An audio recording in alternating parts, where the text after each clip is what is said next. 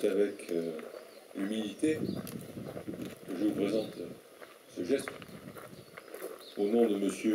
Guy Corrales, ministre des Outre-mer, dont c'est aujourd'hui la première visite. Voilà, je vous dis merci. Et puis voilà, devant vous, il y a un petit geste avant de prendre ça pour dire que vous êtes chez vous.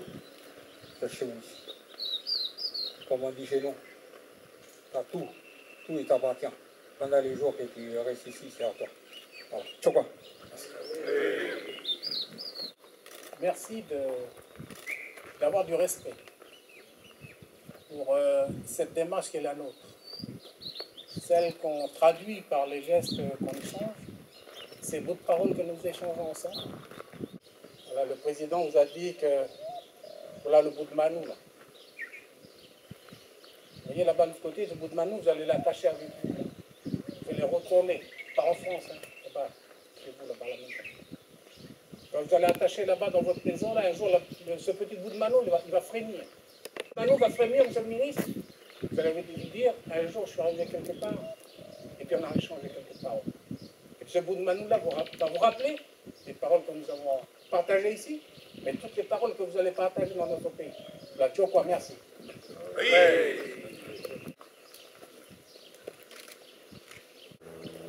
Je vous remercie vraiment de m'avoir presque autorisé à fouler votre sol et à piétiner votre territoire. Moi aussi, je viens d'une île où parfois on a l'impression que les pierres parlent, que les arbres parlent, qu'il y a des esprits en drive, comme on dit dans ma langue, qui habitent le paysage. Et que parfois ces choses-là parlent plus que les paroles que nous prononçons.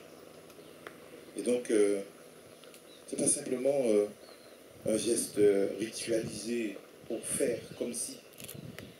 C'est pour moi chargé de symbolique et de sens et de signification. Je le dis, je suis ému parce que quelque part, je retrouve des choses que j'ai vécues chez moi. Pas avec peut-être les mêmes gestes, mais par-delà les mers et les océans, il y a peut-être des âmes, des esprits, des significations, des symboles qui parlent et qui se comprennent et qui, pourquoi pas, peuvent tisser des liens et dresser des passerelles. Je comprends ça. Et donc, je vous remercie vraiment de m'avoir accepté. Merci.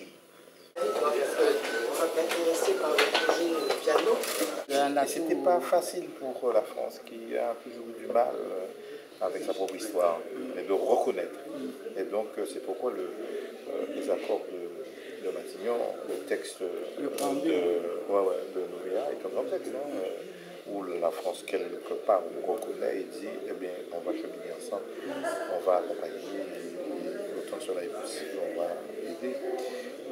Mais en étant un petit peu légèrement en retrait, en vous laissant, si je veux dire, la direction des choses, et c'est bien. Voilà. C'est ça, c'est cette communauté de destin, le destin partagé.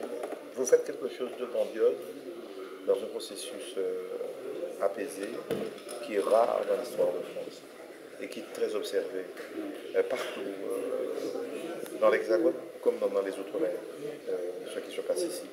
Et c'est pourquoi moi j'ai évoqué comment c'est transmis aux jeunes. Est-ce que les jeunes savent les sacrifices que vous avez tous consentis? Est-ce qu'ils comprennent que la modération et la sagesse on va peut-être plus lentement, mais on va plus loin. La radicalisation, oui, on comprend, il faut le sens de la lutte. Ceux qui vivent, ce sont ceux qui luttent, c'est Victor Hugo, ça. Mais en même temps, avoir cette modération et cette sagesse qui m'a toujours impressionné. Et j'avoue que je suis très content d'être ici. Comme beaucoup, hein, on s'intéressait au mouvement de décolonisation, au combat, à la lutte, au combat culturel. Donc, je me sens chez moi ici. Parce que c'est le même soleil, il y a peut-être plus d'hygrométrie, un petit peu plus de transpiration. C'est la même luminosité. Et puis, faire coutume, là, il y a un moment, ça m'a un peu pris les tripes. Parce que le soir, sur les grandes terrasses qui étaient les nôtres, on se racontait des histoires. Mais c'était des mythes en fait, et ce sont des valeurs qui, hélas, ont tendance à disparaître avec la modernisation, avec la télévision. Mais moi, j'ai eu à communier à ça. C'est ce que j'écris un peu là, que je communie aux mêmes valeurs. Donc, quelque part, même si je ne saisis pas tout, mais je comprends les symboles, je comprends les messages. Donc, j'aime cette humilité-là et cette sagesse-là, mais une sagesse en action. Et donc, c'est pourquoi je suis un humaniste. Et ici, je trouve de l'humanisme, je trouve des choses qui sont faites pour l'humanité. Ça vous, quelque part, pour démontrer ça, ça vous dépasse. Vous n'êtes pas cantonné dans un provincialisme qui serait un petit canton de l'univers. Non, non, vous portez des valeurs qui peuvent ensemencer le monde. Et je vous dis, c'est beau. Voilà.